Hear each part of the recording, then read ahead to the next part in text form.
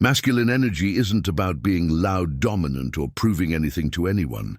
It's about how you hold yourself, how you respond to pressure, and the quiet confidence that comes from knowing who you are. Women feel this energy instantly, not from what you say, but from how you show up. Most men either try too hard to perform masculinity, or they've lost touch with it completely. These 7 shifts aren't about changing who you are. They're about reconnecting with the energy that makes women feel safe, attracted, and drawn to you without you having to chase. The first shift is to stop seeking approval and start stating preferences. This means moving from seeking validation to existing in your own frame. Men who constantly check if everyone's okay with their decisions, who apologize for having opinions, who ask, "Is this okay?" At every turn, they're operating from insecurity. Masculine energy doesn't ask permission to exist, it states preferences clearly and confidently. This doesn't mean being rigid or ignoring others. It means knowing what you want and expressing it with calm assurance. When you're deciding where to eat, don't say, "I don't know, where do you want to go?" Say, "I'm thinking Italian, sound good." If she has another idea, you adjust, but you start from a place of direction, not uncertainty. Women respond to this because decision-making energy is attractive. It signals leadership without being controlling. Next time someone asks your opinion, give it. Don't hedge or deflect. Don't say whatever you want. Have a preference and state it. If she disagrees, you'll figure it out together. But stop treating your own wants like they need approval. That shift alone changes how women see you. The second shift is to embrace silence instead of filling every gap. Masculine energy is comfortable with silence. It doesn't need to perform, entertain, or fill every pause with words. When you're talking to a woman and there's a natural lull in conversation, most men panic. They start talking just to fill the space. That nervousness kills attraction. But when you can sit in silence, relaxed, present, not rushing to fix it, you create depth. Silence creates tension, and tension creates chemistry. Women read your comfort with silence as confidence. It tells them you're not desperate for their approval or performing for validation. You're just there. Try this next time when the conversation pauses. Don't immediately jump in. Just look at her, smile. Slightly let the moment breathe. If she feels the silence, great. If she doesn't, that's fine too. You're showing her you're comfortable in your own presence, and that's magnetic. Men who can't handle silence come across as anxious and needy. Men who can, they're rare. And women notice that immediately. Silence isn't awkward unless you make it awkward. Own it. The third shift is to respond. Don't react. This is the difference between boys and men. Boys react emotionally to everything someone challenges them. They get defensive plans, change. They get frustrated things don't go their way. They sulk or lash out. Men respond. They feel the emotion, take a breath, and choose how to handle it. Masculine energy is steady, especially under pressure. When something goes wrong, maybe she's late, cancels, or someone disrespects you, your response tells her everything. If you blow up or get passive-aggressive, you just showed her you can't handle stress. But if you stay calm, address it directly, and move forward without drama, you demonstrate emotional strength. Women are always watching how you handle adversity, because it tells them how you'll handle life's bigger challenges. Next time something frustrates, you pause before you respond. Take 3 seconds, feel the frustration, acknowledge it, then decide consciously how to handle it.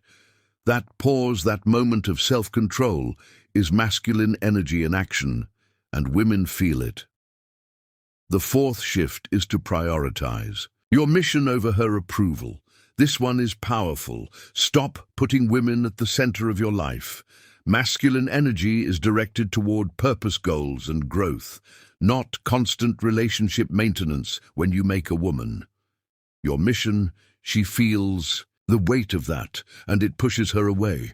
But when you have your own direction, your work, passions and goals, and she's part of your life, but not the whole thing that's attractive, it tells her you're a man with purpose and substance, not someone who needs her to feel complete. This doesn't mean ignoring her. It means having boundaries around your time, protecting your priorities and not dropping everything. The second she texts, if you're working on something important and she wants to hang out, you can say, "I've got something tonight, but I'm free tomorrow." That's not rejection. That's self-respect. Ironically, it makes her more attracted because you're showing her you have a life beyond her. Women don't want to be your entire world.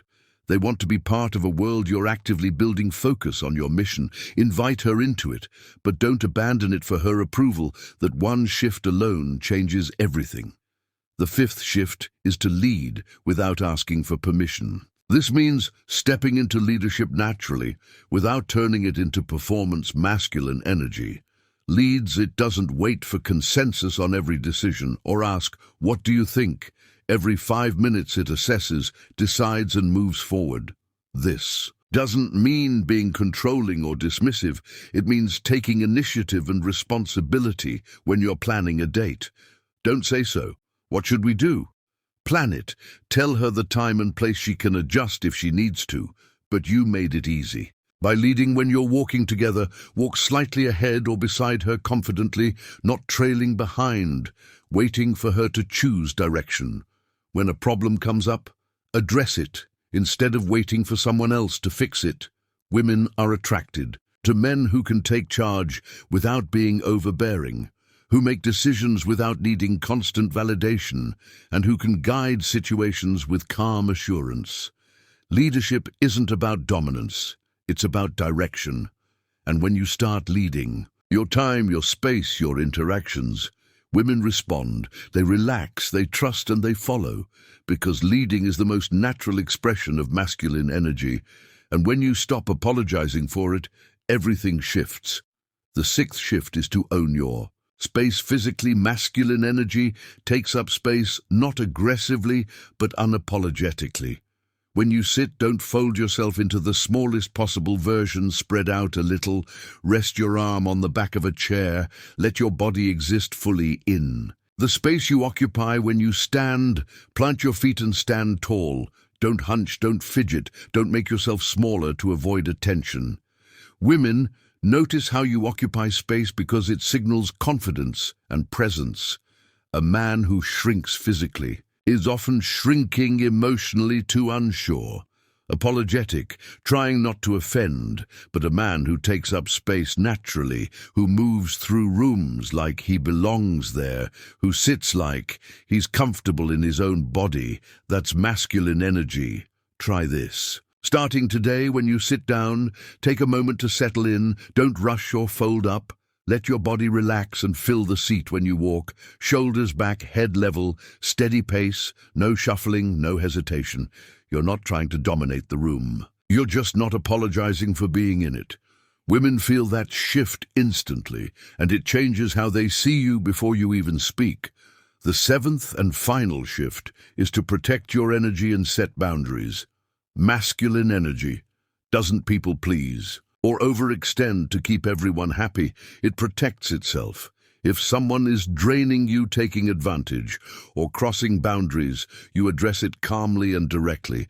If plans don't serve you, decline without guilt. If someone disrespects you, don't tolerate it just to keep peace. This isn't about being harsh, it's about self-respect. Women are attracted to men who value themselves enough to set limits when you say no, without over-explaining. When you remove yourself from negative energy, when you refuse to tolerate disrespect. She sees a man who knows his worth, and that's magnetic. Start setting boundaries this week.